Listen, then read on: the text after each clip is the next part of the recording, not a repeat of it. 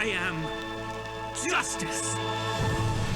So this whole thing is nothing more than a contest between Al and me. A match of wits. What is truly evil is the power to kill people. And any person who has come to possess this kind of power is cursed.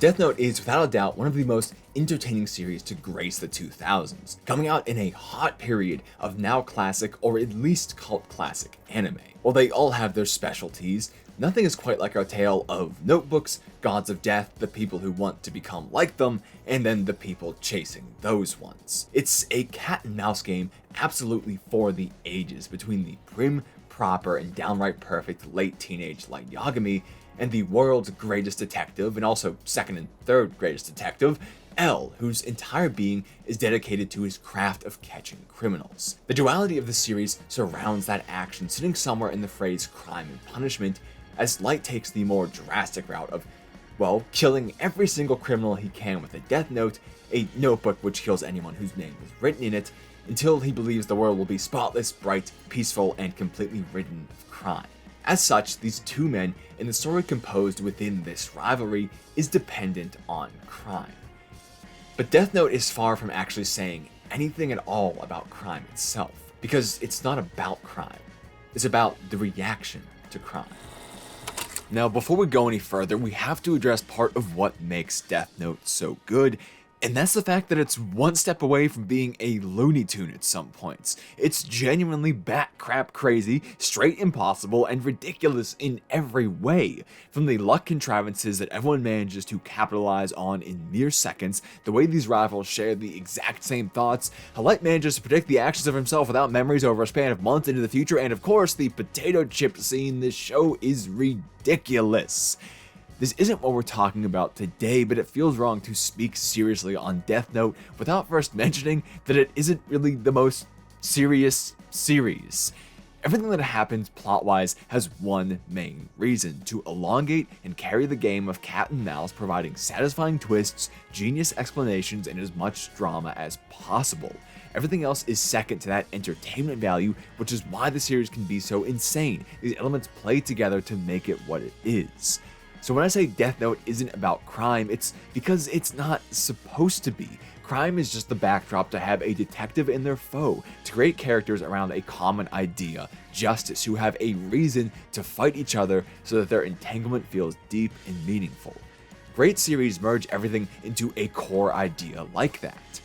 But in doing so, the series does invoke, time for the scary word, political themes, and as such, even if accidentally, comments on those serious real-world topics.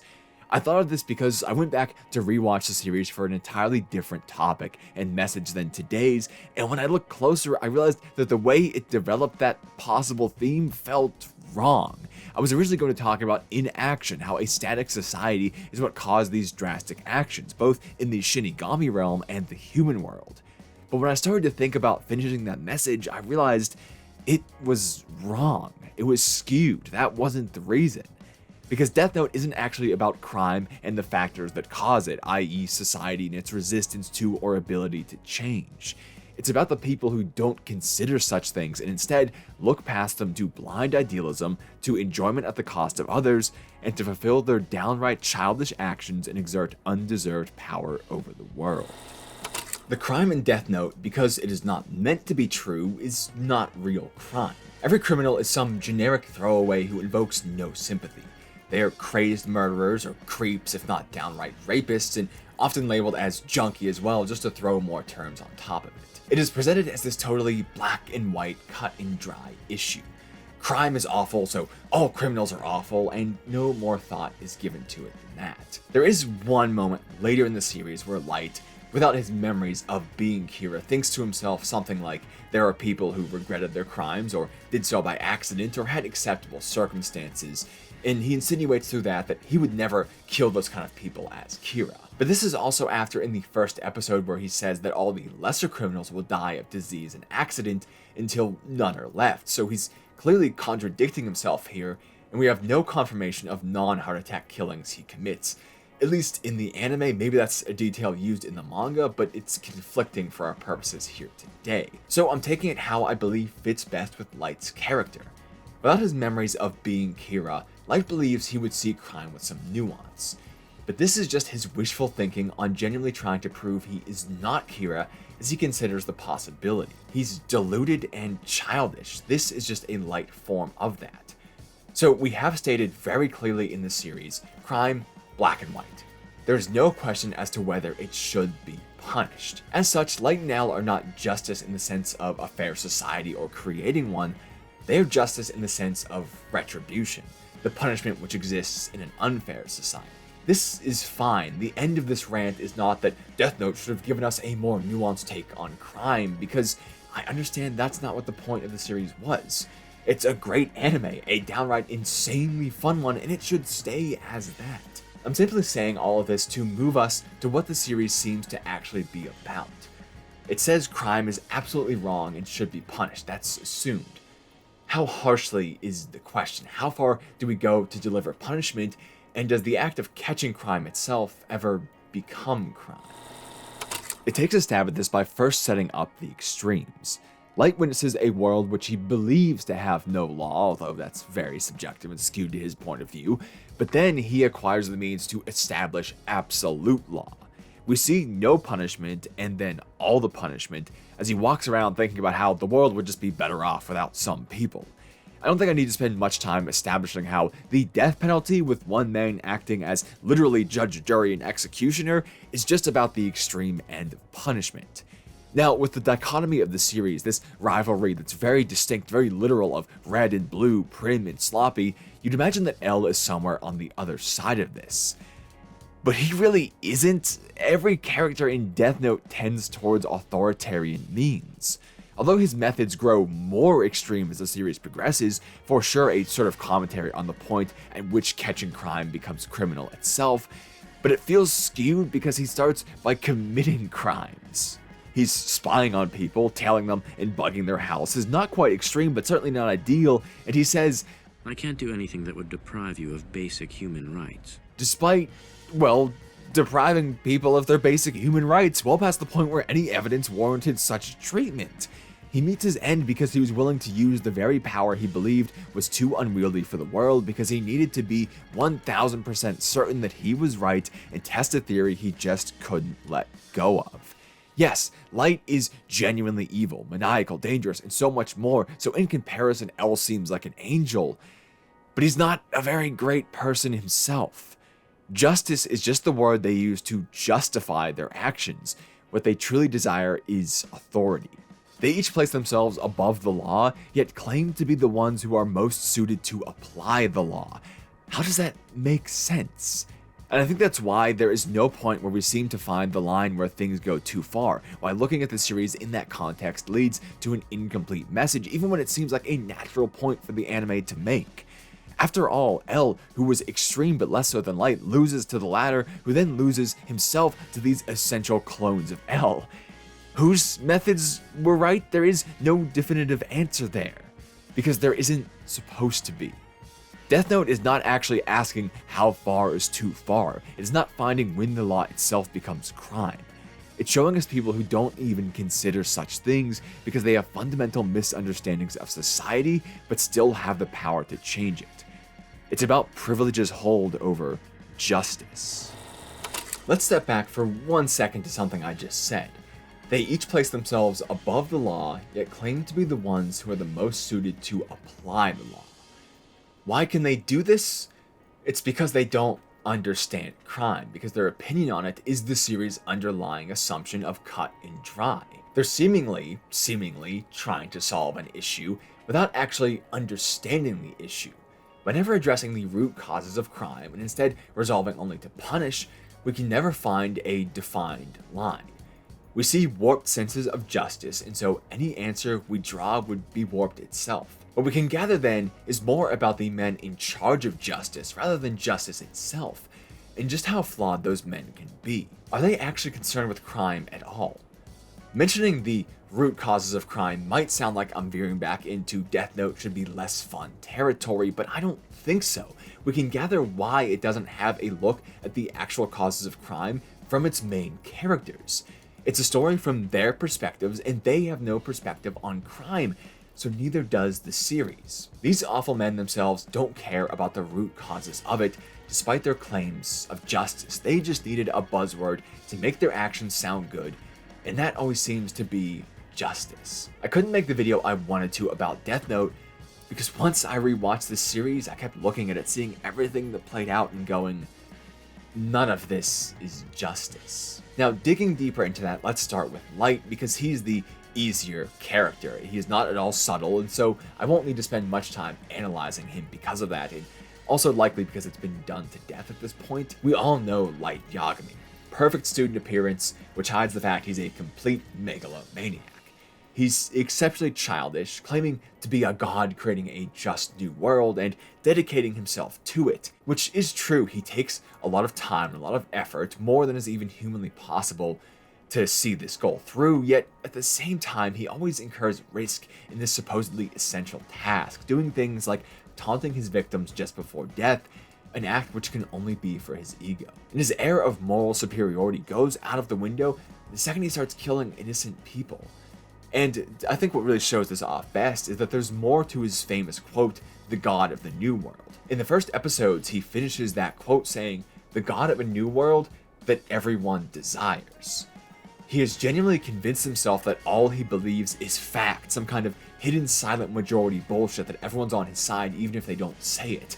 He reads like some far-right podcaster making up reasons on the spot for why everyone who isn't with him deserves death. The people who love Light are just tools with his genuine abuse towards Misa, and the fact he even kills his own father who so many times put everything on the line for his son's sake.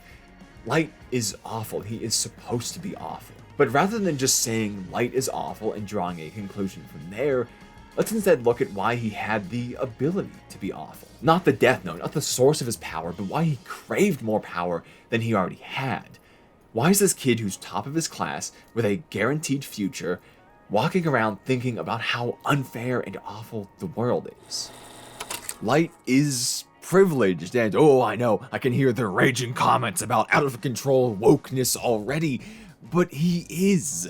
Yes, he works hard to be the best student. No, he is not the richest family out there, but it's obvious why Light never once thinks about the base conditions that cause crime. He's never had to once in his life. He's this naturally good-looking guy with a police chief father and a stay-at-home mother who leave him absolutely to his own devices. He can spend $300 on a TV just to throw it away and use his nights crafting elaborate hiding places for notebooks of death. Show me someone you know with the time and resources to do this. I have 2 hobbies outside of a 9-to-5 and I can't even keep up with the second one. The plot of Death Note does not work without privilege, although to be fair, this is a criticism of a lot of media over a lot of mediums. We're looking at you, sitcom struggling creatives with fancy apartments in New York City. Oh god, this video is a fucking mess. Jesus Christ. Welcome to the spontaneity of a script written with 3 hours of sleep. Anyway, so, to Light. As the series presents, crime can be seen as a matter of black and white. Never in his life has he felt pressured to commit a crime, so why would anyone ever commit a crime? He's held out all this time. He even once says he really wants to hit Misa, but he doesn't, so he's naturally a good guy because he held back one time, and everyone should be able to control themselves. But this obviously ignores situation. You have to be a man-child to think that no one should commit crime because you didn't hit a woman once.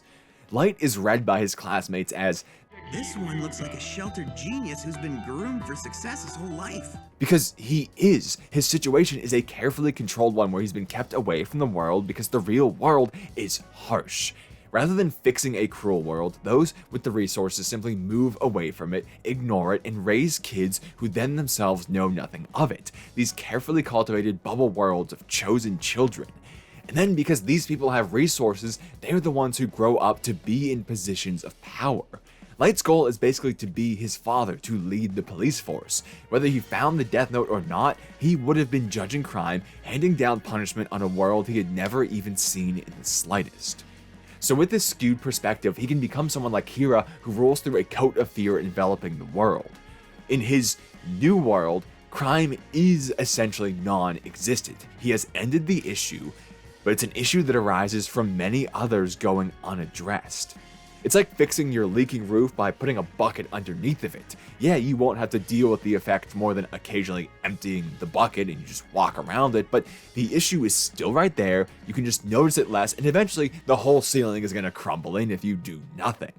Light did not eliminate the need for crime. Yes, the need, because our world has conditions which lead otherwise reasonable people to crime, to need to steal resources and things of that nature.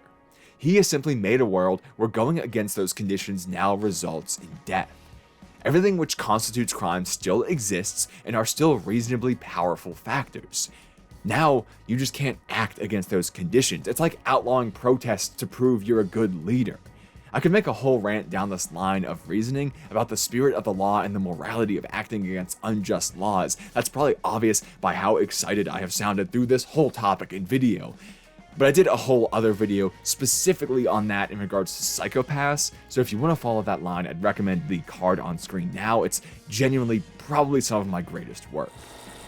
Now L, as the one acting against someone who is so clearly evil, must then be correct, right? Well, we already covered his own actions and how they didn't just become extreme, but were always quite radical, so there's some cracks in him being a moral paragon. And while I do agree with him more than Light, on this rewatch I even started to like him better as a character. But I still hate him in a similar way. We get hints that his past wasn't all that great. After all, he was at an orphanage in his childhood years, and that's not something that a sheltered or privileged life usually experiences. But the place he ended up at was one of extreme wealth and privilege, even if the way he got there wasn't privileged. And his brand of it is way more overt than Light's. Not only is he always eating from a decadent selection of sweets, but they're brought to him by a personal butler who is also apparently a super spy because he can do everything, including driving Elle around in a limo when he decides to randomly go to Light's school, at least until he builds an entire skyscraper to use as the Kira task force comprised of 6 people? All of that for 6 people. I forgot that was the thing until this rewatch. I mean, I knew this anime was ridiculous, but Jesus. I had such a hard time looking into the usual ends versus means Death Note type discussions because I couldn't get over the feeling that neither of these men should be passing judgment on anything. They have no perspective. I don't think this is a fully accidental theme, and if it is, then that means there's a lot of random details thrown into the series. When we first hear about L, the concern the police have is that he only takes on cases that he is personally interested in and that he would be awful to work with. And they're pretty much right about that. Immediately, we see that L doesn't actually care about solving crimes. He cares about playing a game he enjoys. He openly admits what this is saying, that he's childish and immature. He makes the police turn their phones off, but talks openly on his in front of them.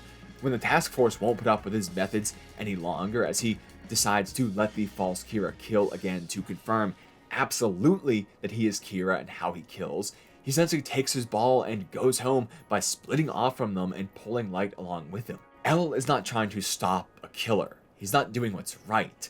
He's just trying to be right about who a killer is.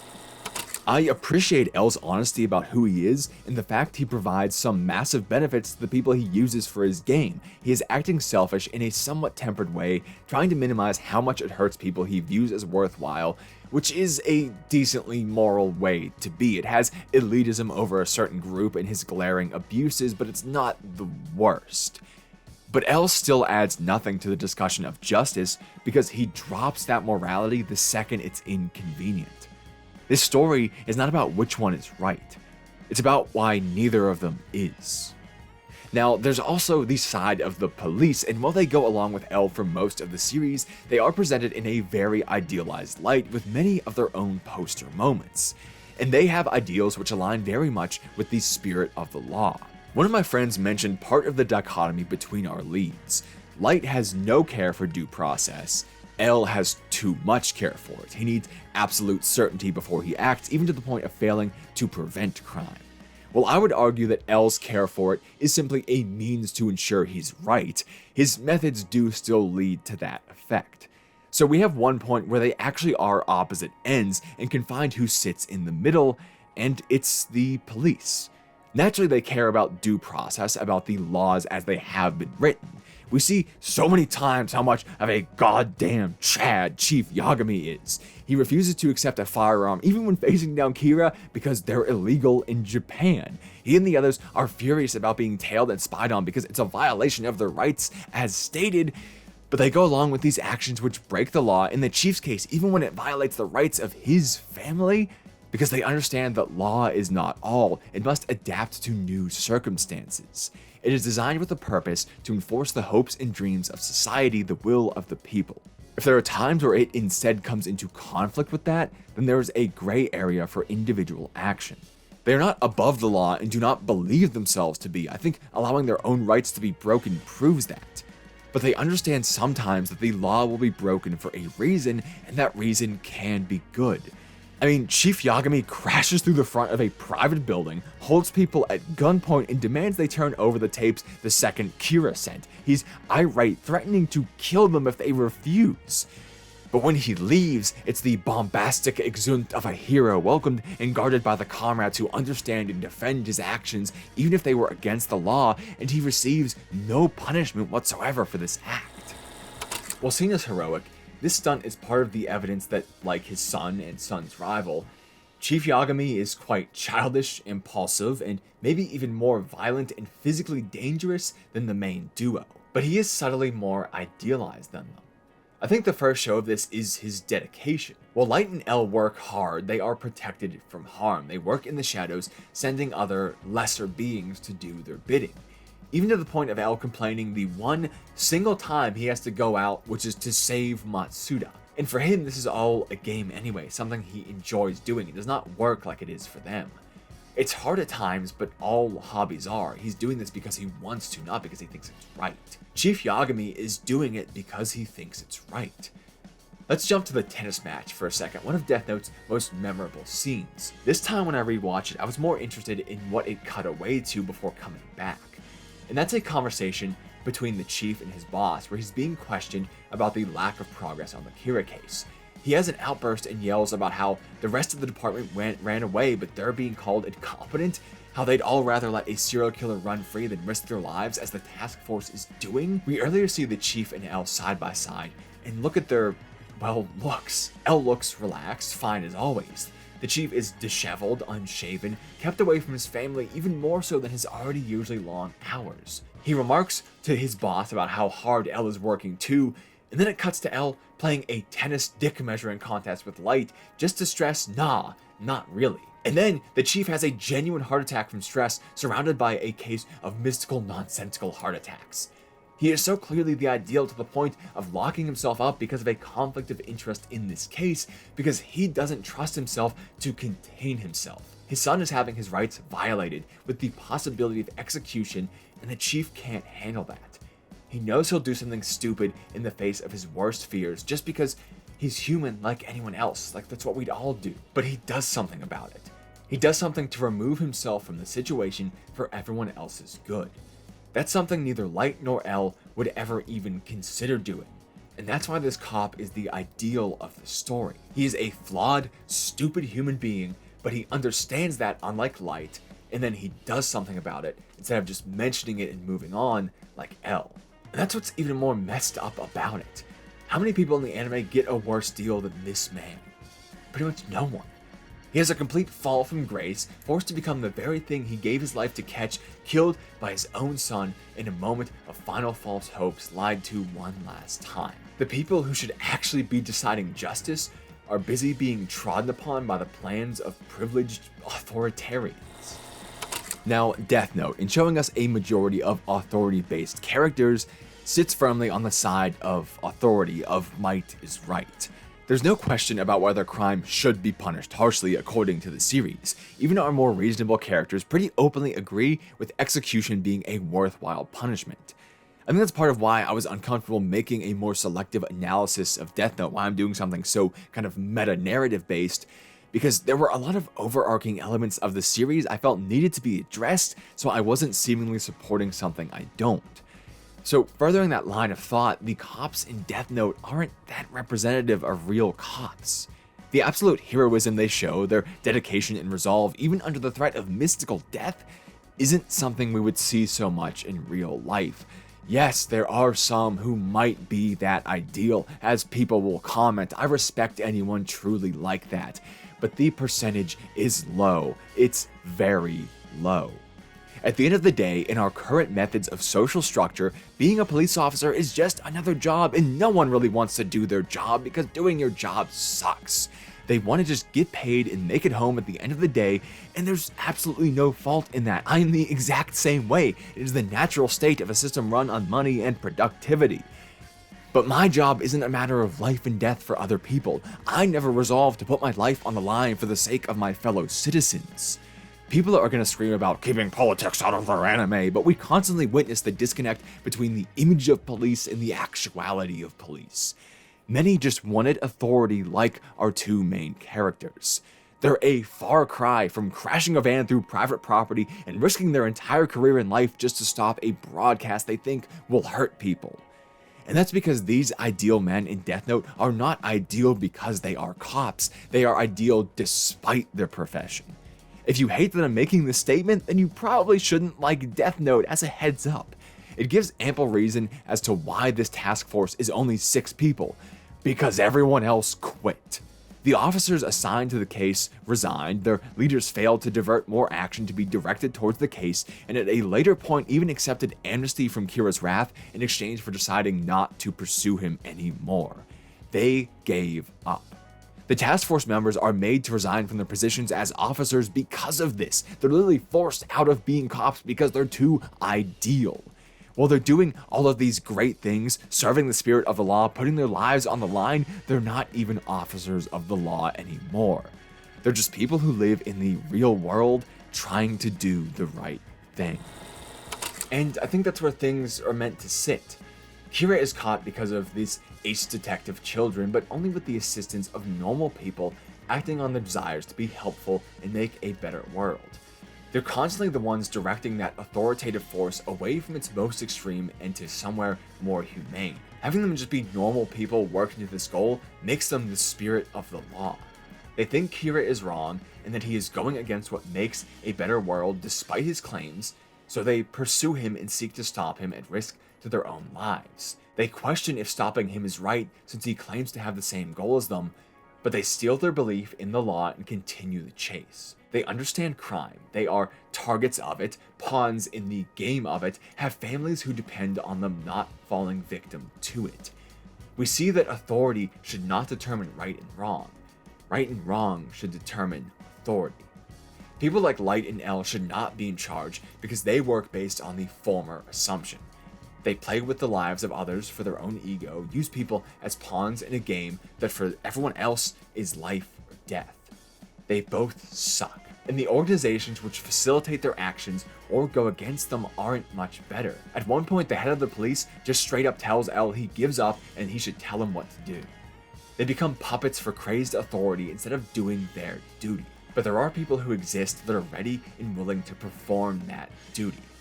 The question is, in a world which rewards individual benefit and seeks the easy path of simplicity of just listening to someone else, how do we get those who compose the will of the people into positions where they can benefit us all? Unfortunately, there is no true answer, at least not presented to us here. But the first step is recognizing that's something we have to do, and that's all I really wanted to do today, is establish that. Is all of this the intended message of Death Note? Probably not. But art cannot be excluded from its context. And a series framing itself around justice is speaking on justice whether it wants to or not. But anyway, that will wrap things up for today. This video is something, probably a mess. I think it has good content in it. It's just kind of presented a little loopy.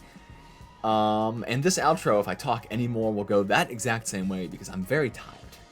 This is like my 4th time trying to record this outro.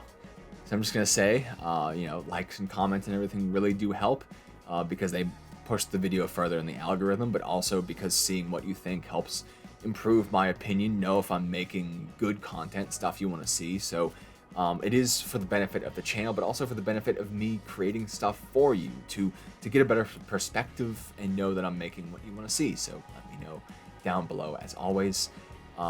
Pinned comment, 3 links, Twitter. We'll see how that goes in the coming months.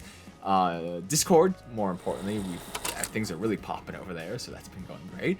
And most importantly, Patreon. These lovely people above me right now support me so graciously and let me do mad stuff like this, so thank you very much.